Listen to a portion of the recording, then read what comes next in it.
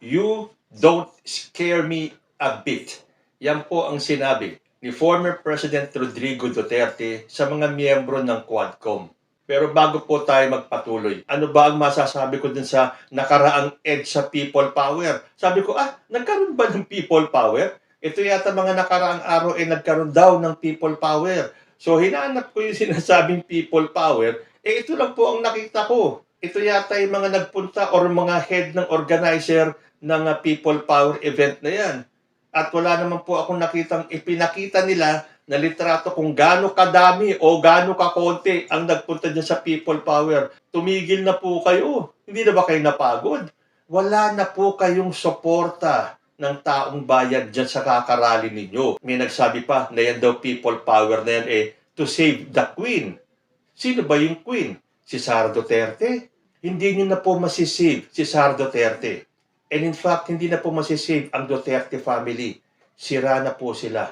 At yan po ay kagagawan din naman nila. Nung isang araw nung nabasa ko kay former President Duterte na gusto niya nang bumitiw si Sara Duterte sa politika. Dahil siguro naaawa siya sa anak niya, bugbog sarado na po si Sara Duterte. Sino ba ang may kasalanan nun? Hindi ba si Sara din ayaw niyang harapin yung dapat niyang harapin, yung dapat niyang sagutin sa taong bayan? Hindi lang naman po yan sa Quadcom, hindi lang po para sa mga kongresista natin. Dapat niyang sagutin ang taong bayan. Dahil ang House of Representatives, mga representante po yan ng taong bayan. So hanggat ini-stab ninyo yan at ayaw nyo magpaliwanag, binabastos nyo po ang taong bayan. Hindi lang po yung mga representanting yan. Ano ba ang kinatatakot ninyo kung wala kayong kasalanan tulad ng iginigiit ninyo? So nung nanawagan si former president na bumitiw na daw si Sara Duterte sa politika, ito yung mga pagkakataon, yung bibihirang pagkakataon na malinaw ang pag-iisip ni former President Rodrigo Duterte. Pero ngayon, may ibang banat na naman po, si Digong. Napanood ko po ito sa Facebook kanina at talaga naman nangingilabot ako. May mensahe si Duterte sa mga miyembro ng Quadcom. And as usual, punong-puno po ng mura yung kanyang message sa Quadcom. Pero dito, medyo tame po itong nabasa ko. Pero sabi ko nga sa inyo, kung napanood nyo yung video, talaga nga naman ang pagmumura ni former President. Akala ba ni Duterte, madadaan pa niya at masisindak niya ang taong bayan sa mga pagmumura niya? Tapos na po ang termino ni former President Duterte. Kung sa tingin niya ay naging okay sa kanya mga followers, supporters ang pagmumura niya, ngayong hindi na siya presidente, dapat naghihinay-hinay na si former president.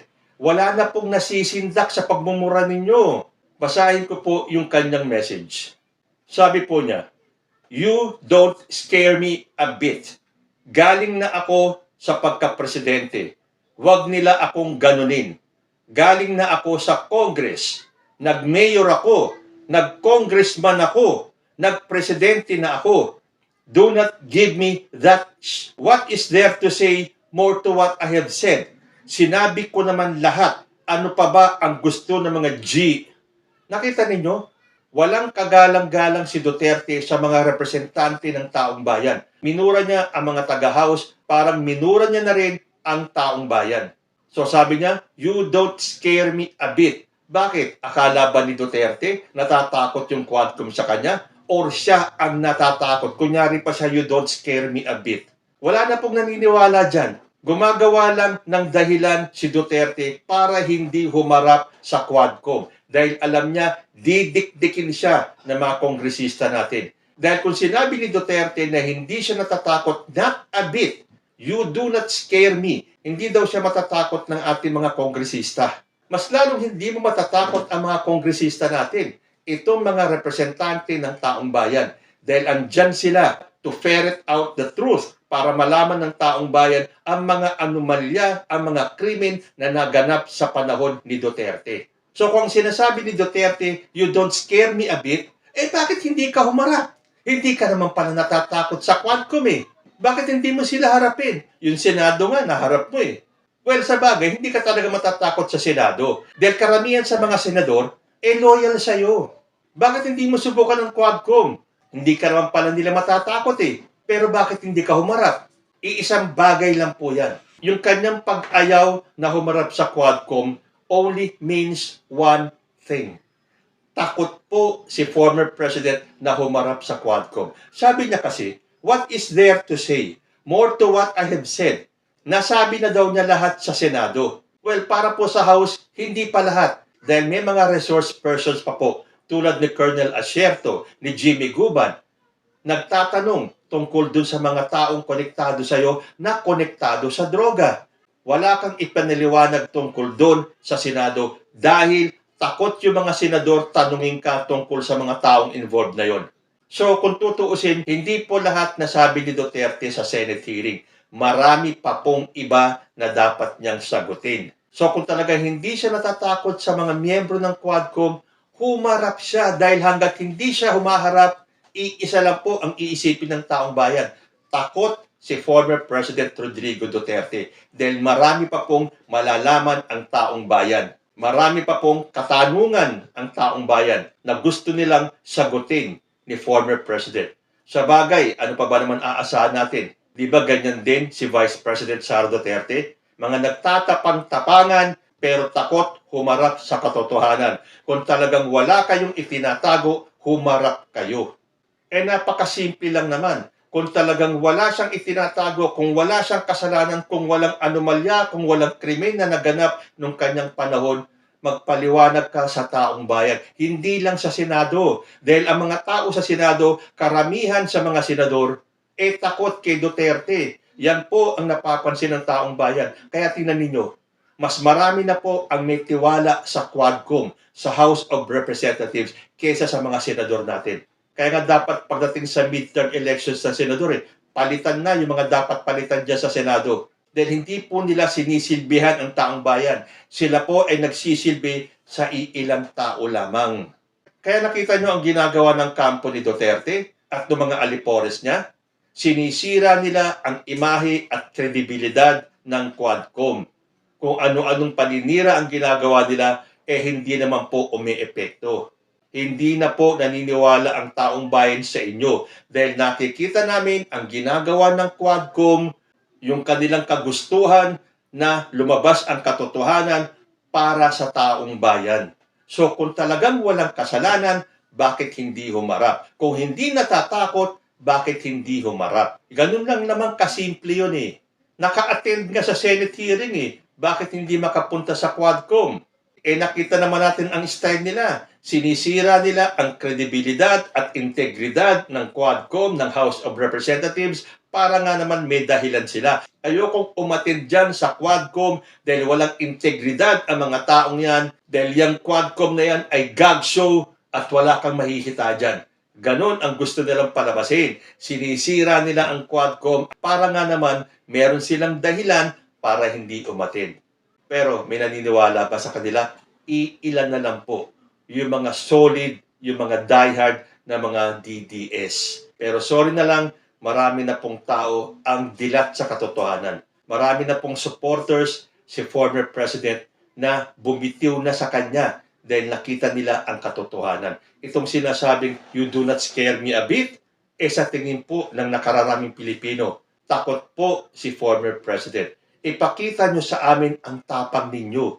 Hindi nyo na po kami makukuha at madadala sa pagmumura ninyo. Hindi nyo masisindak ang Quadcom. Hindi porket pinagmumura mo sila, titiklop na lang sila. I don't think so. Mas lalo sila magpupursige para halukayin at ilabas ang katotohanan.